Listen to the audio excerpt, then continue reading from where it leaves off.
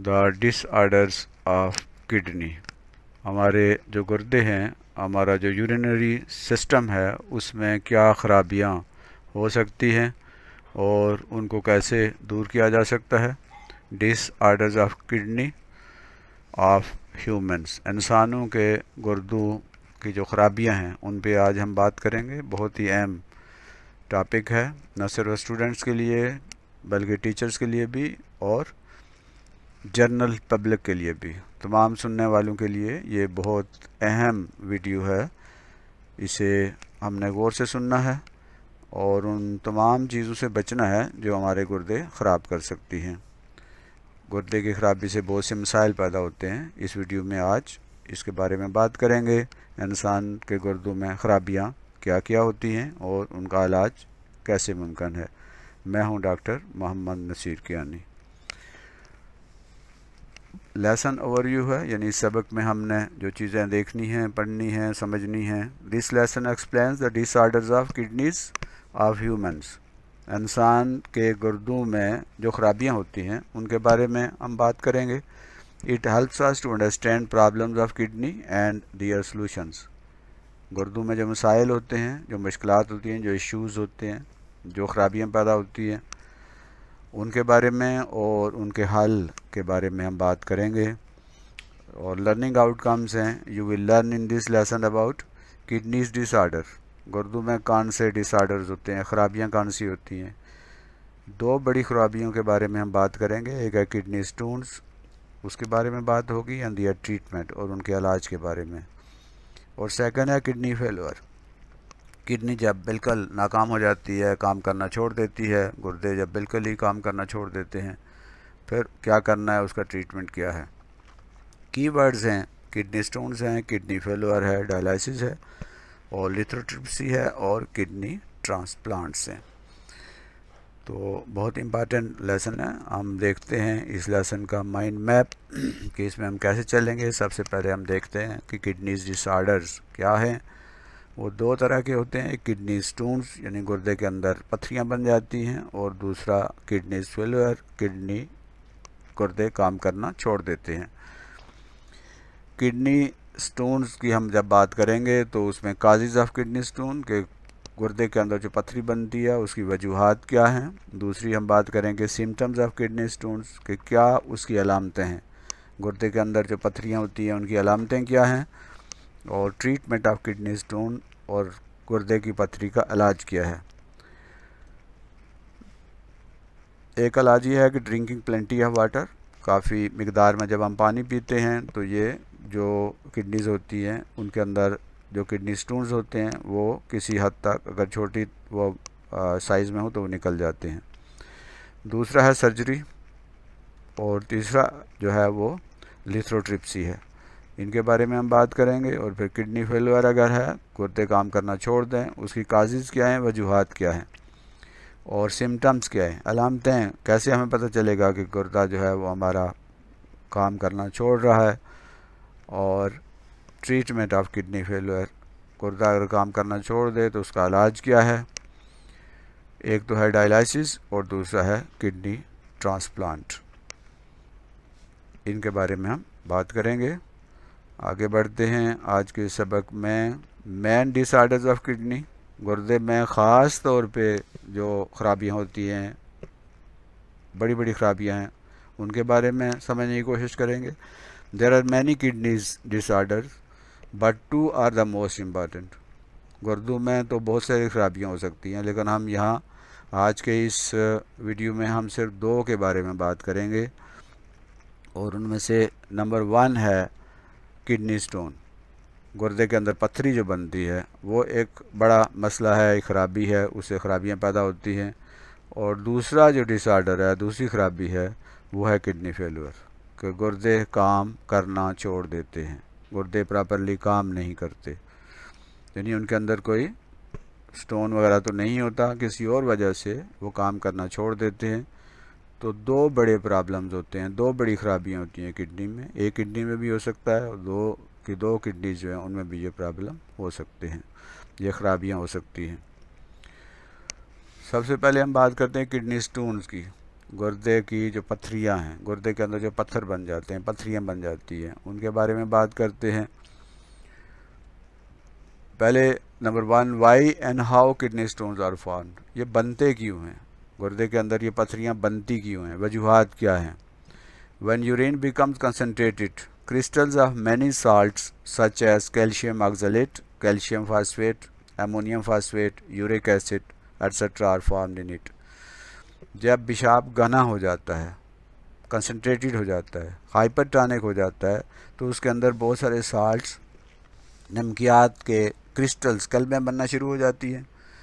तो ज़्यादातर जो कलमें होती हैं वो इसकी होती हैं कैल्शियम ऑक्सलेट की, कैल्शियम फास्फेट की, अमोनियम फास्फेट की या यूरिक एसिड की।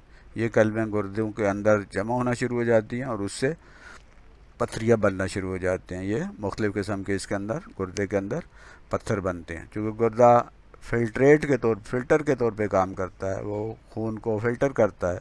तो खून के अंदर जब ये चीज़ें शामिल होंगी तो गुर्दा जब इनको फ़िल्टर करेगा खून को, तो ये जो क्रिस्टल्स हैं ये गुर्दे के अंदर ही रह जाएंगी और इस तरह वहाँ पत्थरियाँ बनना शुरू हो जाएंगी।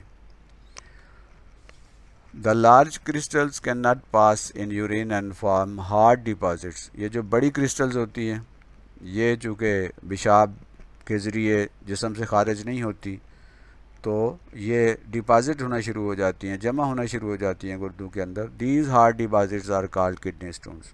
तो ये सख्त किस्म के जो डिपॉजिट होते हैं, सख्त किस्म की जो ये केमिकल्स होते हैं, जब इकट्ठे होकर इनकी कलमें जो हैं बन जाती हैं और इकट्ठी हो जाती हैं, तो ये सख्त पत्थर की तरह सख्त हो जाते हैं। तो इन्हें हम किडनी स्टोन्स या गुर्दे की पत्थरी कहते हैं। Most stones remain in the kidney but some travel to the ureter and urinary bladder. ज़्यादातर ये पत्थरियाँ हैं गुर्दे के अंदर ही रहती हैं, लेकिन कुछ जो पत्थरियाँ हैं वो यूरिटर में, यानी ये जो यूरिटर हम पहले पढ़ चुके हैं कि उसमें जो नाली है जो गुर्दे को मिसाने से जोड़ती है, कुछ इसके अंदर आ जाती हैं।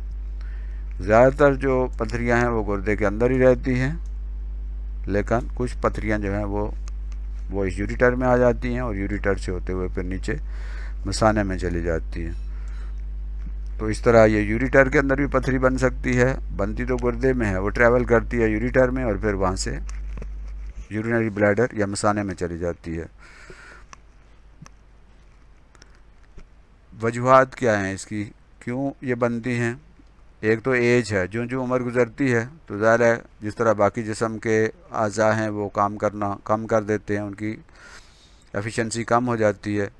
तो किडनी जो है वो भी उस एज के साथ बनने के साथ साथ उसके फंक्शन में भी कमी आती है, ख़राबी आती है। तो एक बड़ी वजह एज होती है।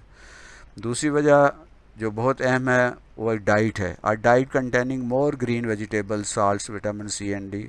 अगर आपकी खुराक में सब्ज़ जो सब्ज़ियां हैं वो ज़्यादा हैं, नमकियात ज़्यादा हैं और विटामिन सी और डी ज़्यादा हैं, इसके अलावा हम जो फ़ास्ट फूड या इस तरह की जो चीज़ें खाते रहते हैं उनके अंदर कोई ऐसे केमिकल्स हैं, ऐसे साल्ट्स हैं, तो वो भी एक वजह है। और ये इस वजह से ज़रूरी नहीं है कि ये बड़ी उम्र के लोगों के गुर्दों में ये पत्थरियाँ बने, ये नौजवानों में बन सकती हैं और इवन बच्चों में भी ये बन सकती है।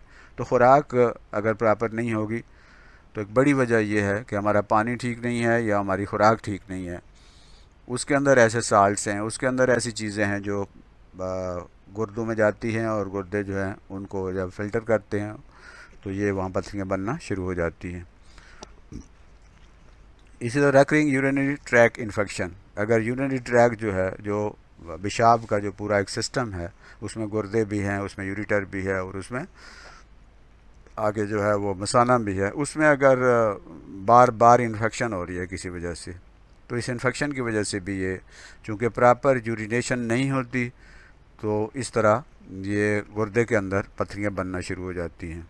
तो इन्फेक्शन अगर यूरिनरी ट्रैक में है, किसी भी मसाने के अंदर है, इन्फेक्शन है या यूरिटर में है या गुर्दे में है, किडनी में है, तो इससे भी ये पत्थरियाँ बनना शुरू हो जाती हैं। और चौथी वजह जो है लेस इनटेक ऑफ वाटर। पानी अगर हम कम पीते हैं बहुत सारे लोग ऐसे हैं जो पानी कम पीते हैं, अपने कामों में मसरूफ़ रहते हैं, तो पानी मुनासिब मकदार में नहीं लेते। तो हमें मुनासिब मकदार में, ज़्यादा मकदार में पानी लेना चाहिए। जब हम पानी कम पीते हैं तो उससे क्या होता है कि हमारे गुर्दे के अंदर ये जो यूरिन है, पेशाब है, वो घना बनना शुरू हो जाता है, कंसनट्रेटेड हाइपरटोनिक बनना शुरू हो जाता है, जिससे पानी की कमी की वजह से ये फिर डिपॉज़िट होना शुरू हो जाते हैं केमिकल्स गुर्दे के अंदर। तो हमें एक तो पानी साफ़ होना चाहिए और दूसरा पानी हमें ज़्यादा मकदार में पानी पीना चाहिए, ताकि हमारा जो पेशाब है वो कंसनट्रेटेड ना बने, हाइपरटोनिक ना बने, तो इससे पथरियाँ नहीं बनती। फिर पेशाब रोकना भी नहीं चाहिए। हम अक्सर बाज़ औक़ात ठहरें जी अभी थोड़ी देर के बाद, तो उससे पेशाब रोकने से भी ये पथरियाँ बनना शुरू हो जाती हैं। हमारा जो यूरिनरी ट्रैक है वो उसमें इन्फेक्शन आ सकती है, उसमें रुकावट पैदा हो सकती है।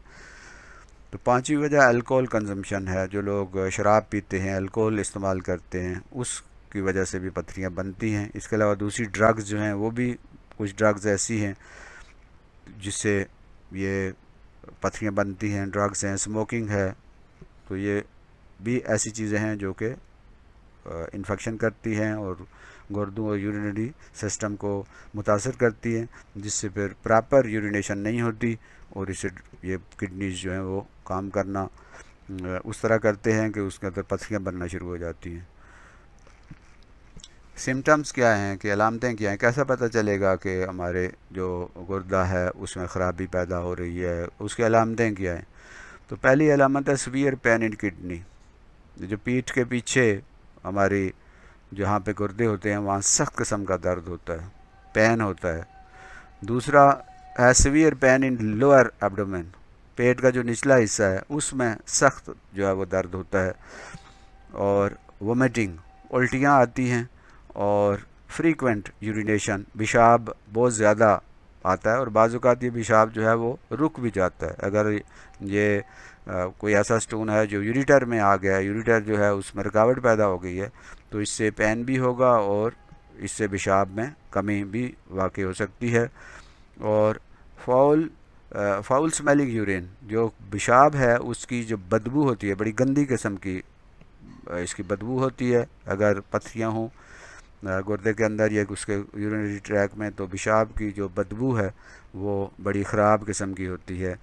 ब्लड और पस इन यूरिन, अगर खून आ रहा है पेशाब में या पस आ रही है, पीप आ रही है, सफ़ेदी माइल मादा आ रहा है, तो इसका मतलब है कि वो भी ये एक अलामत है कि गुर्दों के अंदर पथरियाँ हैं। ट्रीटमेंट क्या है, इसका इलाज क्या है। तो एक तो सिंपल इलाज ये है कि जब आप समझें कि ये पथरियाँ हैं और उसको जांचने का ये तरीका है कि अल्ट्रासाउंड करवाई जाती है। जब अल्ट्रासाउंड करवाई जाएगी तो उस अल्ट्रासाउंड में अक्सर पता चल जाता है कि गुर्दे के अंदर या यूरिनरी ट्रैक के अंदर पथरियाँ मौजूद हैं।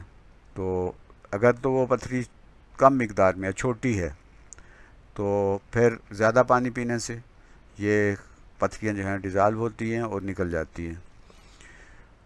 About 90% of all kidney stones can be pushed away from the kidney by drinking plenty of water. तो पानी, अगर पानी फिर साफ़ होना चाहिए, सही होना चाहिए। साफ़ होने से मुराद ये नहीं है कि वो जो हम बोतलों का बॉटल वाटर जो है इस्तेमाल करें। साफ़ से मुराद ये है कि वो उसके अंदर ऐसे केमिकल्स ना हों, उसके अंदर ऐसे साल्ट्स ना हों।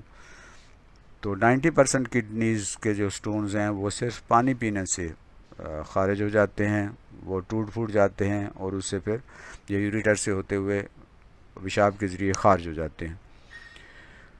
दूसरा, अगर वो स्टोन बड़े हो गए हैं और वो यूरिटर से नहीं गुज़र सकते और वो टूट नहीं सकते, तो फिर उसका तरीका है सर्जिकल ट्रीटमेंट। फिर ऑपरेशन होता है और ऑपरेशन के ज़रिए ये जो स्टोन्स हैं वो निकाल दिए जाते हैं। In surgical treatment the affected area is open and stones are removed.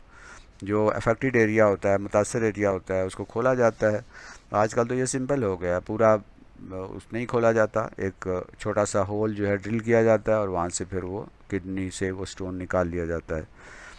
तो ये यानी एक तरह से कोई बहुत बड़ी, अगर वो स्टोन ज़्यादा बड़ा नहीं है और मेजर सर्जरी नहीं करनी पड़ रही, तो एक छोटी सी सर्जरी होती है। उस सर्जरी के ज़रिए उस जगह को, ख़ास तौर पे जहाँ पर ये किडनी के अंदर स्टोन है, उसको निकाल लिया जाता है एक माइनर सी सर्जरी के ज़रिए। तो दूसरा तरीका ये है, सर्जिकल ट्रीटमेंट है। और तीसरा तरीका जो है वो है लिथोट्रिप्सी। ये क्या होता है? Lithotripsy is the method of removing kidney stones without operation. Operation के बगैर ये जो किडनी स्टोन्स होते हैं, गुर्दे के पत्थर होते हैं, उनको निकाला जाता है। In this method the non electrical shock waves are bombarded from the outside to crush the kidney stones into sand like pieces. बाहर से जो है ख़ास किस्म की नॉन इलेक्ट्रिक शॉक वेव जो होती हैं उनको मारा जाता है उस किडनी का जो स्टोन होता है उसके ऊपर। एक ख़ास किस्म की मशीन है, उसके ज़रिए ये जो वेव्स हैं वो उस पत्थर के ऊपर उनको मारा जाता है, जिससे ये पत्थरी टूट जाती है और बिल्कुल रेत के छोटे छोटे ज़र्रों की तरह तकसीम हो जाती है, छोटे छोटे ज़र्रे बन जाते हैं। तो फिर ये पीसीस जो हैं वो जिस्म से यूरिनरी ट्रैक के ज़रिए, यूरिनरी सिस्टम के ज़रिए फिर खारिज हो जाते हैं। These pieces are sent out of the urinary system through ureter and urinary bladder. फिर वो जो छोटे छोटे ज़र्रे हैं वो मामूल के मुताबिक फिर यूरिटर से गुजरते हुए मसाने में चले जाते हैं और फिर मसाने से जिस्म से खारिज हो जाते हैं। तो ये किडनी है, इसमें ये स्टोन है, तो ये इसमें ये ख़ास किस्म के वेव्स मारे जाते हैं। जो डॉक्टर माहिर होते हैं, इसके स्पेशलिस्ट होते हैं लिथोट्रिप्सी के, वो ये काम करते हैं। और इससे क्या होता है कि ये पथरी जो है वो टूट जाती है। यानी ये स्टोन है और इसको शॉक वेव्स के ज़रिए इसको तोड़ा जाता है, ये पीसीस में तकसीम हो जाती है और ये पीसीस फिर यूरिटर के ज़रिए जिस्म से खारिज हो जाते हैं। तो एक तरीका ये है, ये तरीका जो है इसमें ऑपरेशन नहीं करना पड़ता और कोई ज़्यादा ये पेनफुल नहीं है। तो इसके ज़रिए बगैर किसी ऑपरेशन के ये पथरियाँ जो हैं निकाली जा सकती हैं। लेकिन ये डॉक्टर ने डिसाइड करना होता है कि क्या उसने कौन सा मेथड इस्तेमाल करना है, कौन सा मेथड जो है मरीज़ के लिए ज़्यादा बेहतर है, और क्या इसके लिए ऑपरेशन की ज़रूरत होगी या सिर्फ पानी के ज़रिए ये रिमूव हो जाएगी, या इसके लिए लिथोट्रिप्सी की ज़रूरत होगी। दूसरा जो हमने बात की है किडनी स्टोन्स की, गुर्दे के अंदर जो पत्थर हैं उनकी हमने बात की है। दूसरा हमने बात की है जो दूसरा डिसऑर्डर होता है किडनी में, वो किडनी फेलियर है कि गुर्दे काम करना छोड़ देते हैं। किडनी फेलियर मीन्स कंप्लीट और partial failure of kidney to function. गुर्दा पूरी तरह काम करना छोड़ देता है या कुछ जज़वी तौर पे काम करना छोड़ देता है, पूरा जो मुकम्मल काम है वो नहीं कर पाता, किसी न किसी हद तक काम करता है। और उससे फिर जिस्म जो है उसके अंदर बहुत सारे ऐसे वेस्ट मटेरियल जो गुर्दे का काम है खारिज करना, वो पूरी तरह खारिज नहीं होते, तो बहुत सारे दीगर प्रॉब्लम पैदा होना शुरू हो जाते हैं। तो ये मुकम्मल तौर पे भी किडनी फेलियर हो सकता है और जज़वी तौर पे भी हो सकता है। वजूहात क्या हैं इसके, काजेज़ ऑफ किडनी फेलियर क्या वजूहात हैं? एक तो डायबिटीज़, अगर शुगर है किसी को और उस शुगर की वजह से ये किडनी जो है वो काम करना छोड़ सकते हैं। दूसरी वजह जो है हाइपरटेंशन है, यानी जो ब्लड प्रेशर है वो ज़्यादा है। किसी इंसान का जो ब्लड प्रेशर होता है वो नॉर्मल 120 और 90 की रेंज में होता है। अगर ये ब्लड प्रेशर बहुत ज़्यादा है तो उससे क्या होगा, किडनीज़ जो है उसके ऊपर ब्लड प्रेशर में ज़्यादा प्रेशर पड़ेगा और उससे एक ख़ास अरसे के बाद जो है वो गुर्दे काम करना छोड़ देंगे। तीसरी वजह जो है sudden interruption in blood supply to kidney. बाज़ औक़ात ऐसे हालात होते हैं, ऐसे मामलात होते हैं कि किसी और वजह से गुर्दों को अचानक जो है वो खून की सप्लाई बंद हो जाती है। यानी कि थोड़ी देर के लिए अगर गुर्दों को खून नहीं मिला तो ज़ाहिर है कि ऑक्सीजन नहीं मिली, खून नहीं मिला, उनको प्रॉपर न्यूट्रिशन नहीं मिली, तो वो थोड़ी देर के लिए काम करना बंद कर देते हैं। और अगर ये अमल हो तो फिर उससे गुर्दे जो हैं वो भी काम करना छोड़ देंगे। और चौथी बड़ी वजह जो है ड्रग्स है, मुख्तलिफ़ किस्म के जो नशे इस्तेमाल किए जाते हैं और वो नशे जो हैं वो भी गुर्दों को ख़राब करते हैं। तो यूँ तो बहुत सारी और दीगर वजूहात हैं, लेकिन ये 4 बड़ी वजूहात हैं जिससे गुर्दे काम करना छोड़ देते हैं। और जब गुर्दे काम करना छोड़ देते हैं तो ज़ाहिर है कि पूरा सिस्टम जो है वो डिस्टर्ब होता है, क्योंकि गुर्दे जिस्म से उन हार्मफुल मटेरियल को अलग करते हैं जो जिस्म के लिए नुकसान का बायस बनते हैं। तो अगर गुर्दे काम करना छोड़ देंगे तो इंसान फिर ज़िंदा नहीं रह पाएगा और प्रॉपर ज़िंदगी जो है वो उसकी नहीं गुजरेगी उसकी अफेक्ट होगी प्रॉपर लाइफ। अलामतें क्या हैं गुर्दे के इसके फेल होने की? हाई लेवल ऑफ यूरिया, जिस्म के अंदर अगर यूरिया बहुत ज़्यादा है, अगर हम यूरिया टेस्ट कराएं तो जो लैब का जो रिपोर्ट होती है उसमें अगर यूरिया की जो लेवल है वो अगर हाई है, ज़्यादा है, जो अपर रेंज है उससे भी ज़्यादा है, तो इसका मतलब है कि ये एक सिम्टम है कि आपके गुर्दे जो हैं वो काम करना छोड़ रहे हैं। High level of waste in the blood, इस ब्लड के अंदर अगर खून के अंदर ये जो वेस्ट होते हैं उनकी मिकदार अगर बढ़ गई है, चूँकि गुर्दे इन वेस्ट को अलग करते हैं, तो अगर खून के अंदर इन वेस्ट की, इन बेकार मादों की मिकदार ज़्यादा है तो इसका मतलब ये हुआ कि गुर्दे प्रॉपरली काम नहीं कर रहे और वो ठीक तरीके से फंक्शन नहीं कर पाए और फेलवेयर की तरफ जा रहे हैं। तीसरी जो सिम्टम है वोमिटिंग है, उल्टियाँ आएंगी, जिससे बहुत ज़्यादा उल्टियाँ आती हैं और बार बार उल्टियाँ आती हैं, और फिर नौजिया है, मतली होती है, तो ये इसकी अलामतें हैं। वेट लॉस है, वज़न कम होता है मरीज़ का रफ्ता रफ्ता, प्रॉपर खाना खा रहा होता है, प्रॉपर उसकी न्यूट्रिशन हो रही है, लेकिन वज़न उसका कम हो रहा है। फ्रीक्वेंट यूरिनेशन, अक्सर जो है ना वो पेशाब बार बार आता है। और ब्लड इन यूरिन, खून के अंदर पेशाब के अंदर जो है वो ब्लड है आ रहा है। और स्वेलिंग लंग्स लेग्स, अगर टांगों के अंदर स्वेलिंग है, सूजन हो गई है, तो उससे भी पता चल रहा है कि ये गुर्दे जो हैं वो काम नहीं कर रहे प्रॉपरली। और स्वेलिंग इन फीट, जो पाँव हैं उसमें भी ये स्वेलिंग होती है, सूजन होती है। और स्वेलिंग इन फेस, फिर रफ्ता रफ्ता चेहरे के ऊपर भी स्वेलिंग आना शुरू हो जाती है। शार्टनेस ऑफ ब्रीथ, ये जो सांस है ये शार्ट हो जाता है, यानी रुकावट पैदा होती है, सांस प्रॉपर तरीके से नहीं आता, छोटे छोटे सांस लिए जाते हैं और तकलीफ़ होती है, सांस प्रॉपरली नहीं आ रहा होता। तो ये बड़ी जो है ना ये 11 अलामतें होती हैं कि गुर्दे जो हैं वो प्रॉपरली ठीक तरीके से काम नहीं कर रहे। इलाज क्या है इसका? तो इलाज, एक इलाज है dialysis. Dialysis means cleaning of blood by artificial way. चूँकि गुर्दों ने खून साफ़ करना होता है, तो गुर्दे तो खून साफ़ नहीं कर रहे, तो फिर आर्टिफिशियली मसनूई तौर पे गुर्दों को साफ़ किया जाता है, उनके खून जो है उसको साफ़ किया जाता है। ये अमल जो है उसे डायलिसिस कहते हैं। और दूसरा है किडनी ट्रांसप्लांट। दूसरा, एक तो डायलिसिस है, और जब डायलिसिस भी अपना काम नहीं कर पाता तो फिर किडनी ट्रांसप्लांट है, फिर गुर्दे जो है उनकी ट्रांसप्लांट किया जाता है। गुर्दे को जो बीमार गुर्दा है, ख़राब गुर्दा है, उसको निकाल कर सेहतमंद गुर्दा जो है वहाँ पर लगा दिया जाता है। तो kidney transplant means replacing patients damaged kidney with donors healthy kidneys. जो एक्सेप्टर होता है, जो मरीज़ होता है, उसको कोई किडनी सेहतमंद शख्स जो है वो किडनी उसको डोनेट करता है, तो इस तरह वो जो सेहतमंद गुर्दा है वो उस ख़राब गुर्दे को हटाकर उसको ऑपरेट करके निकाल के उसकी जगह नया गुर्दा लगा दिया जाता है। इसे किडनी ट्रांसप्लांट कहते हैं। डायलिसिस की हम बात करते हैं, तो डायलिसिस जो है वो हमने कहा है कि dialysis is cleaning the blood by artificial way. There are 2 methods of dialysis. Dialysis के 2 तरीके हैं।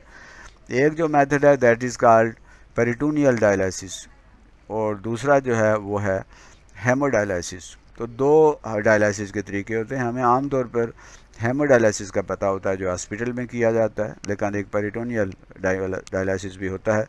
इनके बारे में हम बात करते हैं कि ये क्या हैं। सबसे पहले हम बात करते हैं पेरिटोनियल डायलिसिस की।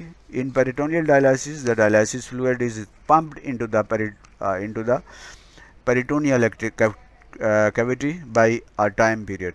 ये पेरिटोनियल कैविटी जो होती है इसके में कुछ देर के लिए ख़ास किस्म का फ्लूइड होता है जिसे डायलिसिस फ्लूइड कहते हैं, वो पंप किया जाता है, वो जिस्म के अंदर दाखिल किया जाता है।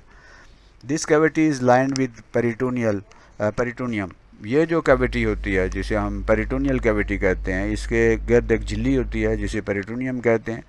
इसके अंदर क्या होता है? Peritoneum contents blood vessels. ये पेरिटोनियम, इसके अंदर खून की नालियाँ होती हैं, तो वही जो गुर्दे काम करते हैं, फिर ये पेरिटोनियल जो मेम्ब्रेन है वो ये काम करती है। The waste from the blood diffuse into the dialysis material.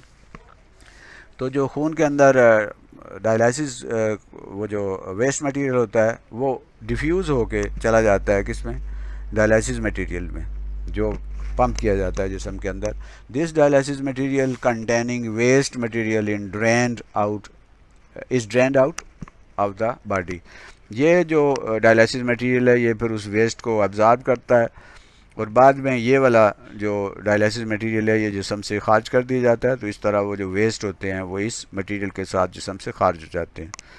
The peritoneal dialysis can be performed at home on daily basis. ये पेरिटोनियल डायलिसिस जो है वो रोज़ाना घर में भी किया जा सकता है। इसके लिए आपको हॉस्पिटल में एक दफ़ा तो जाना होता है क्योंकि एक छोटा सा ऑपरेशन किया जाता है और उस ऑपरेशन के ज़रिए फिर एक स्पेशल किस्म का कैनोला टाइप एक ट्यूब होती है जो जिस्म में फिक्स कर दी जाती है।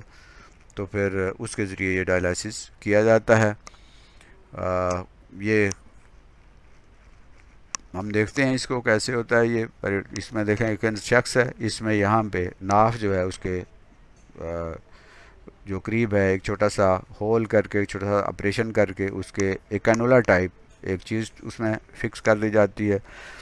फिर एक डायलिसिस में फ्लूइड होता है जो लिया जाता है और उसको इस कैनोला के साथ जोड़ा जाता है और फिर एक नाली के ज़रिए ये जो डायलिसिस मटेरियल होता है डायलिसिस फ्लूइड होता है उसको जिस्म से निकालने के लिए फिर एक अलग से एक थैला या एक बॉक्स होता है। तो इस अमल के ज़रिए फिर वो जो पेरिटोनियम के अंदर डाल दिया जाता है और उसको वहाँ पर रहने दिया जाता है और फिर वो जो मटेरियल है वो फिर एक स्पेशल तरीके से बाहर जो है वो खारिज कर दिया जाता है। तो ये निस्बतन आसान है। अगर ये अभी गुर्दे जो हैं वो बहुत ज़्यादा यानी फेलवर नहीं उनके अंदर हुआ तो ये जो मेथड है ये इस्तेमाल किया जाता है। ये घर में भी इस्तेमाल किया जा सकता है लेकिन इसके लिए कुछ एहतियाती तदाबीर भी हैं कि इन्फेक्शन ना हो जाए और प्रॉपर इसका मेथड है। तो ये वो मरीज़ इस्तेमाल करते हैं जिनको किडनी जो है वो प्रॉपर काम नहीं कर रहे होते। फिर लेकिन ये दिन में एक दफ़ा ज़रूर करना पड़ता है और बाकी जो टाइम है उसमें मरीज़ प्रॉपरली बेहतर तरीके से अपनी ज़िंदगी के बाकी जो उसके फंक्शन हैं जो काम है वो कर सकता है। तो बहरहाल ये घर पे भी किया जा सकता है लेकिन एक दफ़ा जो है वो डॉक्टर के पास जाना होता है और इसमें एहतियाती तदाबीर जो हैं वो अपनानी होती हैं।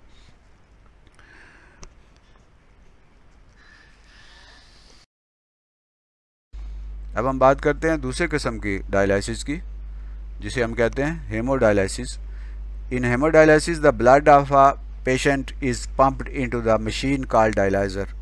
एक ख़ास किस्म की मशीन होती है जिसे डायलाइज़र कहते हैं। खून मरीज़ का जो है उसमें पंप किया जाता है और ये खून जो है ये उस मशीन के अंदर जाता है और मशीन उसे साफ़ करती है। The dialyser contains a long tube. ये डायलाइज़र है इसमें एक लंबी ट्यूब होती है। The walls of the tubes are semi permeable. जो ट्यूब लंबी सी ट्यूब जो होती है इस मशीन के अंदर ये डायलाइज़र के अंदर और ये जो मशीन है ये उसको खून को साफ़ करती है। उसमें से वो केमिकल जो हैं वो अलग किए जाते हैं। होता कैसे है? The blood flows through the tubes. ये लंबी ट्यूब जो है उसके ज़रिए ये खून बहता है and the dialyser material flows around the tube. Tube के बाहर जो जगह होती है उसमें ये डायलाइज़र फ्लूइड होता है जबकि उस ट्यूब के अंदर खून मरीज़ का जो है वो उसमें से बह रहा होता है। Extra water and waste materials moved from the blood into the dialysis fluid. तो उस जो ट्यूब है जिसमें खून मरीज़ का बह रहा होता है उसमें से वो जो वेस्ट मटेरियल्स हैं और जो फालतू पानी है वो बाहर निकलता है। उस परमिएबल जो मेम्ब्रेन होती है उसमें से गुज़र जाता है। खून तो नहीं गुज़रता लेकिन जो दूसरे वेस्ट मटेरियल्स हैं वो गुज़र जाते हैं तो उस फ्लूइड में चले जाते हैं जो बाहर होता है। तो the clean blood is then return back to the body of the haemodialysis treatment. अब ये जो treatment is given in 3 times per week in dialysis centre. तो जो साफ खून है वो वापस मरीज़ के जिस्म में दोबारा पंप कर दिया जाता है। ये हफ्ते में कम से कम 3 दफ़ा ये करवाना होता है और ये ख़ासा मतलब एक महंगा भी है और एक पेनफुल एक प्रोसेस है। तो दुआ यही करनी चाहिए कि अल्लाह ताला हमारे गुर्दों को ठीक रखे। अल्लाह ताला ने जो मशीन लगाई हुई है वो ज़्यादा परफेक्ट है, ज़्यादा बेहतर तरीके से काम करती है। बाकी जो दूसरे तरीके हैं, ये ज़ाहिर है कि जो भी डायलिसिस हो, वो पेरिटोनियल हो या हेमोडायलिसिस हो, ये एक आर्टिफिशियल तरीका है, और आर्टिफिशियल तरीके से जो भी हम काम करते हैं वो पेनफुल भी होता है और वो महंगा भी होता है और वो एग्जैक्ट भी नहीं होता। तो हमें अल्लाह ने जो हमें मशीनें दी हुई हैं, 2 गुर्दे हमें दिए हुए, उनका ख्याल रखना चाहिए हमें, और ताकि उनके अंदर खराबी ही पैदा ना हो। जी हाउ हीमोडायलिसिस वर्क, हीमोडायलिसिस कैसे काम करता है, कैसे ये डायलिसिस किया जाता है। तो फ़र्ज़ कीजिए एक मरीज़ है, पेशेंट, ये एक मशीन है, डायलाइज़र इसे कहते हैं। तो जो मरीज़ है उसके जिस्म को इस डायलाइज़र के साथ एक ट्यूब के ज़रिए जोड़ दिया जाता है और एक और ट्यूब से के ज़रिए वापस मरीज़ के जिस्म के साथ इस डायलाइज़र को जोड़ा जाता है। मरीज़ के जिस्म से खून इस डायलाइज़र के अंदर जाता है और यहाँ पर ये मशीन, जैसा कि हमने कहा है कि इस ट्यूब के अंदर से ब्लड जो है गुज़र रहा होता है और बाहर जो डायलाइज़र है उसके अंदर वो डायलाइजिंग जो फ्लूइड होता है वो होता है। तो इस तरह ये मशीन, ये डायलाइज़र जो है ब्लड को साफ़ करता है, यानी उसमें से वेस्ट को अलग करता है, और फिर ये जो खून होता है साफ़, ये वापस मरीज़ की बॉडी में दोबारा से पंप कर दिया जाता है। तो ये अमल ऐसा है जिसे हम हीमोडायलिसिस कहते हैं, और इसके ज़रिए जिस्म से खून जो है वो साफ़ किया जाता है। यानी ये जो सफाई होती है, जो खून से वेस्ट मटेरियल अलग किए जाते हैं, वो जिस्म से बाहर होती है। पूरा खून जो है वो सारा इस मशीन में जाता है और मशीन से वापस उस आदमी के बॉडी में दोबारा से पंप किया जाता है। तो ये हफ्ते में कम से कम 3 दफ़ा ये अमल किया जाता है। ख़ासा एक मुश्किल प्रोसेस है, मरीज़ को लेके जाना पड़ता है और इस के बाद भी मरीज़ को बहाल होने में भी वक्त लगता है। तो वही बात है कि अल्लाह ताला ने हमें जो गुर्दे दिए हुए हैं, हमें उनकी पूरी हिफाजत करनी चाहिए, उनके बारे में केयर करनी चाहिए, क्योंकि ये फिर बहुत पेनफुल ये एक प्रोसेस है। तो हमने कहा कि जो किडनी फेलियर्स हैं उसकी जो पहला तरीका ये है कि डायलिसिस करवाए जाएं, उससे ये काम जो है वो चलता रहता है। तो पेरिटोनियल जो डायलिसिस होती है उसमें और इसमें हेमोडायलिसिस में फ़र्क किया है कि उसमें जो सफाई का अमल होता है, क्लीनिंग का अमल होता है, वो बॉडी के अंदर होता है, जबकि इसमें क्लीनिंग का अमल बॉडी से बाहर होता है। जिस्म से बाहर जो है वो खून साफ़ किया जाता है। पहले वाले में जिस्म के अंदर ही खून साफ़ किया जाता है और वो 15-20 मिनट या आधे घंटे में वो प्रोसेस मुकम्मल हो जाता है। और उसमें मरीज़ बाज़-औक़ात सोया हुआ भी होता है, तो सोई हुई हालत में भी ये वो कुछ तरीके हैं कि जिससे ये पेरिटोनियल डायलिसिस हो सकता है। जबकि ये मुश्किल प्रोसेस है, लंबा प्रोसेस है, और बाकायदा जो डायलिसिस सेंटर होते हैं उसमें मरीज़ को लेके जाना पड़ता है। दूसरा तरीका जो है, गुर्दे अगर काम करना छोड़ दें तो दूसरा तरीका है किडनी ट्रांसप्लांट, कि गुर्दा जो है उसको बदल दिया जाए, ट्रांसप्लांट कर दिया जाए। When kidney fails in to perform its function, जब गुर्दा अपना काम करना छोड़ देता है, it may be replaced with a healthy kidney, तो वो जो बीमार गुर्दा है, ख़राब गुर्दा है, उसकी बजाय एक सेहतमंद गुर्दा वहाँ लगा दिया जाता है। किडनी में बी डोनेटेड बाय अ डिसीज्ड और लिविंग डोनर, ये हो सकता है कि कोई आदमी जो फौत हो गया है उसने अपने किडनी जो हैं वो डोनेट किए हुए हों, वो दे सकता है, लेकिन उसके लिए एक प्रॉपर टाइमिंग है। With in that time doctor आते हैं और उस मरे हुए शख्स का जो है वो गुर्दा अलग कर लेते हैं, वो जो बीमार है, मरीज़ है, उसको ये लगा दिया जाता है।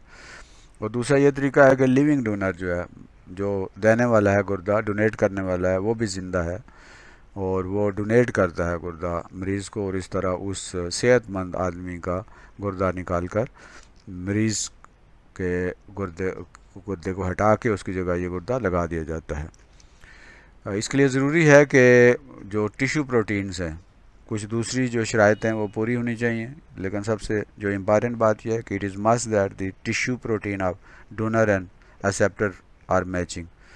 यानी हर बंदे के साथ गुर्दा जो है उसको ट्रांसप्लांट नहीं किया जा सकता।